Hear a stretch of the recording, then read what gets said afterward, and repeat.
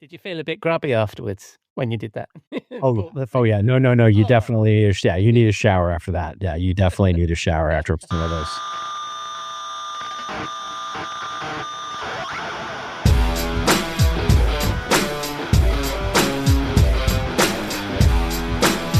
Hello, welcome to the Rose and Rockstar from the Rockstar CMO effing marketing podcast and the Marketing Podcast Network. I'm your host, Ian Truscott, not a rockstar, but managing partner at Velocity B. It's Saturday the 29th of November. Hopefully many of you are enjoying the long Thanksgiving weekend. And to celebrate that it's just Saturday, in a moment I will join my chum Robert Rose, Chief Troublemaker, at the 7th Bear in our virtual bar, the Rose and Rockstar. This week, over a splendid cocktail, perfect for the holidays, we discuss if, with AI being so frothy in 2025, we're going to see that frothiness die down in 2026 and a return to the fundamentals, or is it going to be more of the same?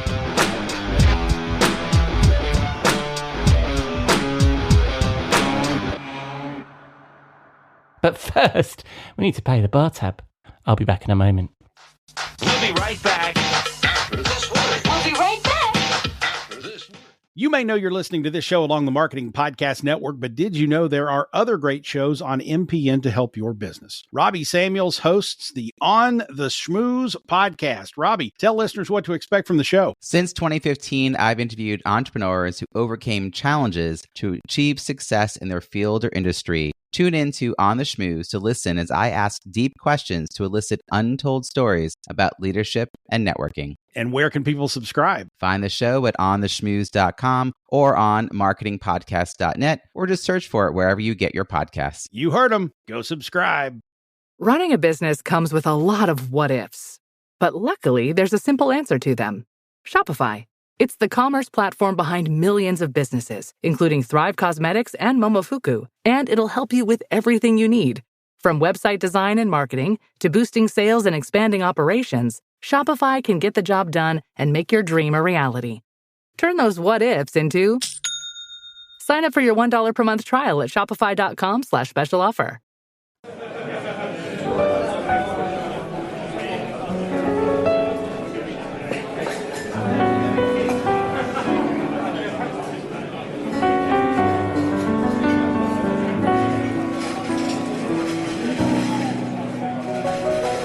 Hello, my friend. Welcome to the bar.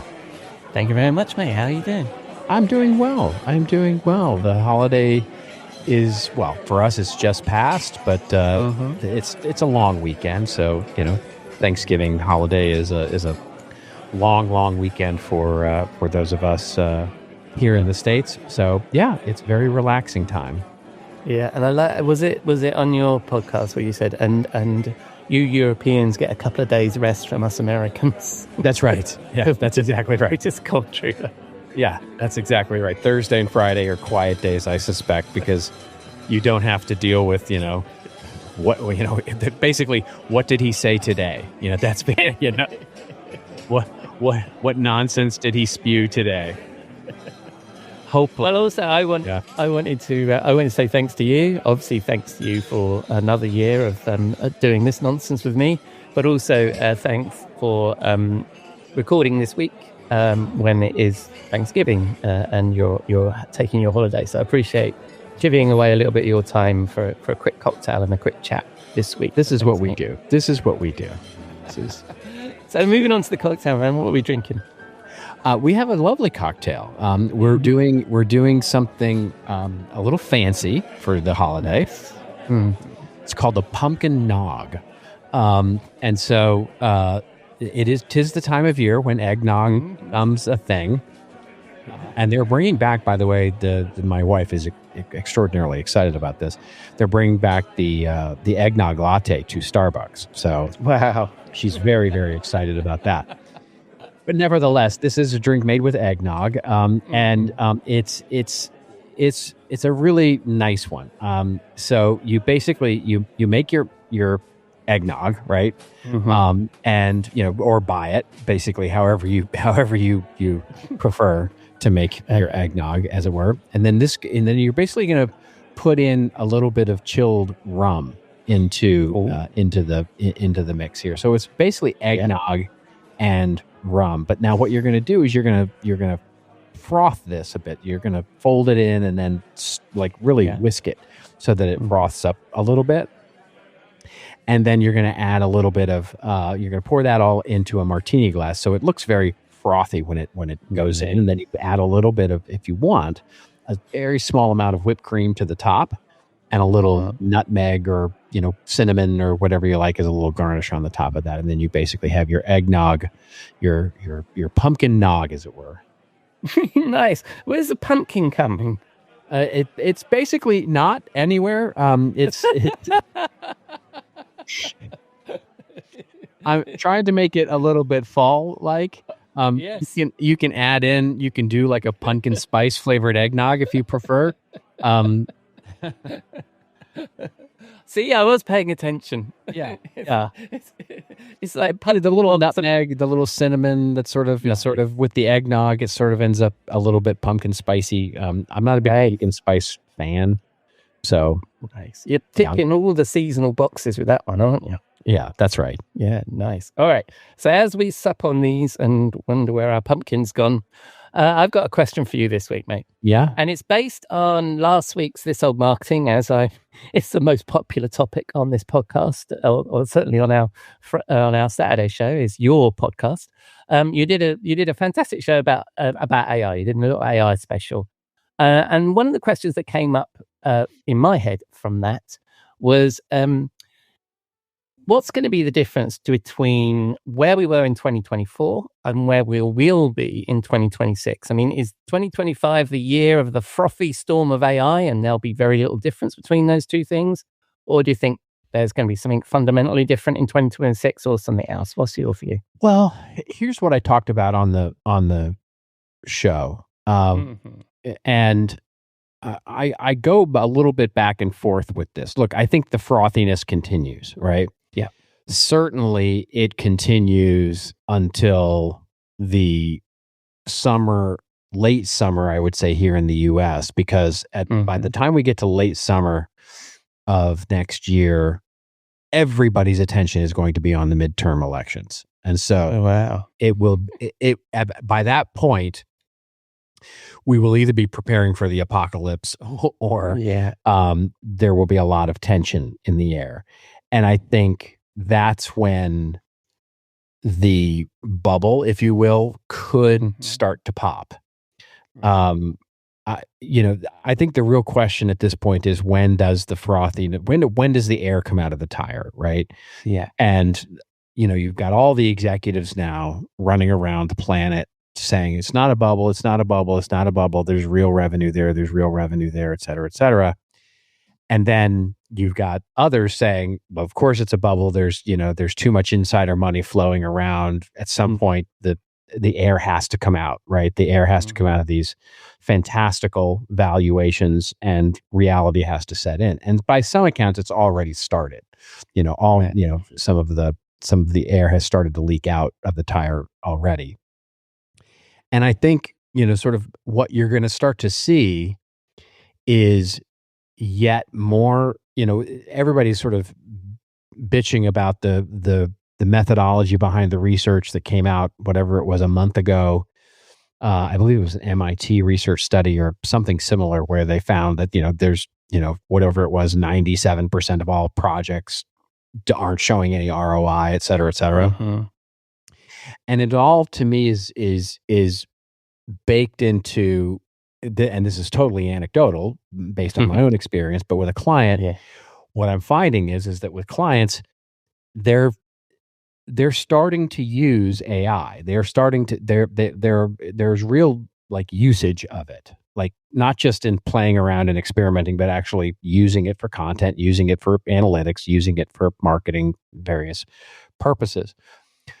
But it's not fulfilling on this promise that everybody gets to, fold up their headcount tent and walk away, right? It's basically, it's literally just another tool that's getting integrated into the stack. And so to whatever extent people are good at implementing it and integrating it, it's providing some level of ROI, but it's really the team, the efforts, the good marketing campaigns, the classic stuff that provides ROI is providing the ROI. And so that's why I don't think things change materially in the early parts of I think 2026 early on looks very much like 2025, right? Just more of the same, right? More news, more new features, more new this, incrementally, and I could be wrong. Like some big, huge new innovation could come out in January and completely upend the whole marketplace, but I just don't think it's going to happen. I just think it's going to be a slow, incremental sort of buzz, because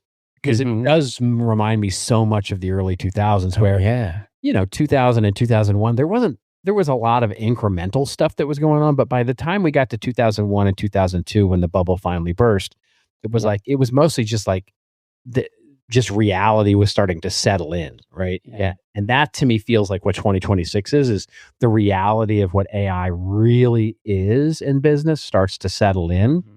And it's like, it's a cool, new, very innovative, very, interesting tool. And that's kind of it. And sort of the gold rush begins to come to an end toward the end of next year. So do you, and so you talked there about the financial bubble, which we're all, any of us that lived through the dot-com boom was sensing that, although I think there's probably more substance to this particular thing. And, as you say, there's a lot of messaging at the moment saying, no, really, there's revenue in this thing, but there'll be winners and losers. And the second part is, so that's the financial situation, which everybody's worried about because our the world stock market's so dependent on Nvidia and all that kind of stuff. But this isn't a financial show. What about the sort of the fact that, as you've often said, all the air is being sucked out of the room by AI, and that is all we're talking about from a marketing perspective. Do you think that froth will die down and we'll start talking about the fundamentals again in 2026, or do you think this is going to continue? I do think we're going to start talking about the fundamentals again. Yeah, no, I really do. I think a lot of that is going to be because it's funny. I just wrote a column about this, which is this time last year, because I went back and looked. This time last year, I had written an article and it was based on my keynote at Content Marketing World, where I said we're all becoming the knights of meh. And I remember that. Yeah, we talked about it. And it was, and what that means is that marketers becoming the knights of meh. Were really, that was, we spend all our time now tinkering with tools, configuring software, working on tests, reconfiguring the deck chairs on the marketing org chart, doing all of this stuff that's just like, that nobody really is passionate about, nobody really cares about, including, by the way, making content. And nobody's truly super passionate about. But in the same breath, we are expected to become more efficient and, and all of that. Sort of, build the quote unquote marketing machine, right? That's always the sort of, the mantra, the efficient marketing machine. And I think what I'm seeing from an observational perspective is that there's a real desire to get back to sort of the roots of creating connection with people. And you can see that in sort of the rise of, creator marketing, influencers, people, pop-up experiences. God, I was just at the mall. My wife and I went Christmas shopping. We were at the mall, and how many pop-up stores there were, right? So it's just these, little branded pop-up stores that are just there for the day. So all these experiences that are so, that's just a return to fundamentals, right? It's a return to creating a good experience that people want to do business with. And I feel like that's where the activity's going to go, because at some point, you have to, I don't know is the real answer, but you have to bet at some point people go, yeah, we've experimented long enough with this AI thing. It's either going to work or it's not going to work, right? Yeah. It's going to be what it is. It is what it is. Yeah. It's a personal productivity tool. It's which is, by the way, where I'm currently leaning right now. I'm currently leaning that AI becomes much less of an enterprise, digital asset management, content management sort of initiative, and that AI becomes much more of a personal productivity tool, like word processing kind of thing. Yeah, no, I love that. I love that idea. And But as it moves, do you think we're gonna? Do you think 2026 will say goodbye to this idea that what we've read from Gartner and Forrester is that senior leaders, CMOs specifically, are being asked to just do something with AI and to demonstrate to the world that they're actually doing something with AI, and that stops being a fucking objective and it just fades into the background of being a tool. Do you think we're going to get there in 26?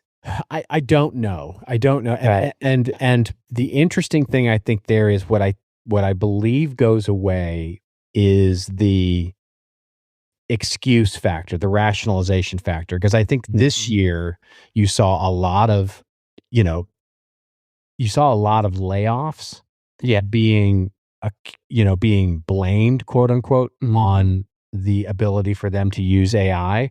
Now, robotics, automation in warehouses and all that, put that aside for the moment. What I'm talking about is true knowledge work, right? The marketing side of things, because I believe that continues. In fact, I think that's probably the most interesting part of AI and automation is the continued acceleration of automation of warehouse, pick, pack, and ship, repetitive assembly line work, et cetera, et cetera. I just think there's so much going on there that isn't really in our news, because the sexy thing to talk about in our circles is about how it's replacing writers and creative people. Yeah. That part, I think, it gets stemmed. I think what a lot of businesses are going to learn, and again, maybe this is me tilting at windmills, but I do believe that a lot of businesses are going to realize that, you really can't replace as many customer service people as you thought you could. Yeah, you really can't replace as many. And you can no longer blame AI on your overhiring that you did during COVID, right? Because that time is over now, right? You had a year to do that. Now you can't use that as an excuse anymore. Yeah. I heard, I can't remember where I got this from, whether it was a private conversation or if I heard it on a podcast, but it was definitely a voice in my head, which is that businesses, when there's a ruction in the market like this AI thing, businesses take this opportunity to reduce their costs and reduce their people because they now have an opportunity that is just which will play well in the press because it makes sense, but they then take an opportunity to sort of cut a bit of their costs, but that'll actually come back at some point. Does that jibe with you? Am I making sense? You mean that there's a signal in the market which says now is a good time to get rid of people. It's not really about AI. It's just about the fact that there's an opportunity now that you can reduce your costs, and that businesses look for those opportunities and will take them in order to take some cost out of their business. And it's not really about AI replacing people. It's just there's an opportunity to reduce your costs. Well, I think that idea is and what's been so popular this year, right? I mean, has been sort of the CEOs getting written up in Harvard Business Review because they, I replaced 14% of my workforce with AI agents and stuff like that. I don't believe, AI agents right now if AI agents remind me so much of the early days of personalization. I mean, remember how hype personalization was in 2003 and 2004 when we were, when we were all like, oh my God, personalization, it's going to be deliver exactly the right message to the right person at the right time. And it didn't come. And then the next year it didn't come. And then the next year it didn't come. And then the next year it just got harder and harder and more complex and more difficult. And oh my gosh, you don't have the data and you don't have the content and you don't have this and you don't have that. And to me, that's where agents are really, right now. You know what I mean? It's like, it's a cool idea. It's a really interesting idea, all these agents that are going to go out and autonomously do all this work for us. But are they really going to go through all of our legacy systems and be able to configure those? It's like, I don't see that happening in any short term. So you're going to have a lot of this sort of blowback from, we thought we were going to be able to fire half of our marketing team because we could replace them with marketing agents. But Todd, vibe coding with his headset on over in the corner just isn't cutting it the same way. You know what I mean? No. Well, I think it's interesting on LinkedIn because you see, and I think this is where a lot of this is coming from, is a lot of people are posting out, comment with a hack or something, and I'll share with you the prompt that I used that saved me 40 hours this week on BD by coming up with the very, the messaging and everything I needed for my sales campaign. And if you ever try and do anything like that, ChatGPT or any of these tools can't write in a human way, right? So there's work to be done still, and you can't just get rid of people. They're yeah. I mean, and by the way, those prompts are those prompts that you get, because I actually did follow through. And I was like, let's take the student at his word, and I'll spend the $99, right, to whatever it fucking was, and I basically got his prompt kit, which was ostensibly just an Excel spreadsheet filled with generic prompts. You know what I mean? Yeah. It's like, fill in your brand name here, pretend you're a fill in, brand strategist, and, you're looking to create a, fill in what your company does here. And then, blah, blah, blah. It's just basically a Mad Libs sort of to a long prompt that gives you, as you might expect, a generic response coming back from, and some of it might be relatively interesting, and some of it might not be. It looks very impressive, but of course it's not very impressive when you start looking at it, because it's like, well, it's easy to fucking come up with the words. It's actually doing the thing that's really hard. It's like, step 1, go out and learn everything about your customer and your customer persona, and we can help you show what your customer persona looks like. So go do that work, because that's an important step. It's like, wait a minute. I mean, I actually got to go, wait, it's easy to put that in a plan, and then it's really hard to actually go out and do that work. Yeah. No, I think that's, and it's, did you feel a bit grubby afterwards when you did that? Yeah. No. You definitely, you need a shower after that. Yeah, you definitely need a shower after some of those people, right? All right, mate. So if we're looking for content that's nice and clean and we'll feel refreshed after we've looked at it rather than a bit grubby, where would we find that? Well, you'll find it on our newly formatted, and I'm real happy with, finally, my website at seventhbear.com. That's brand new and shiny and clean. It's very clean, very simple. It's just content. Beautiful. And when people spin the dial on the interwebs, where are they going to find you, my friend? They're going to find me mostly on LinkedIn these days. I'm there at least once a week doing my thing. And then if you're into snarky political stuff about my bullshit country, you can find me on Threads. But fair warning, it's snarky political. It's where you put your snark. Yeah. Well, I think that's good. I mean, I'm seeing too much of that shit on LinkedIn, and so I think it's. I keep it all very clean. All my social channels have very specific purpose. Yeah, absolutely, as they should. And for talking about specific purpose, will you come into this bar for the specific purpose of having a cocktail? Of course I will. Yeah. All right, mate. I'll see you next week.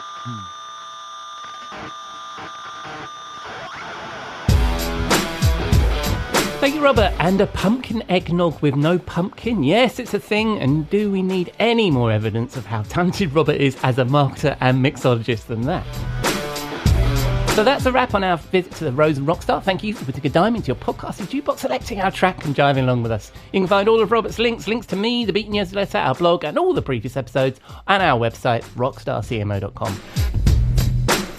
Coming up this week, Jeff is back from his holiday and we'll be digging into some fresh research from 6th Sense. And Robert will be back in the bar on Saturday. And in the meantime, I'll leave you with this quote from Joel Spolsky: "Listen to your customers, not your competitors."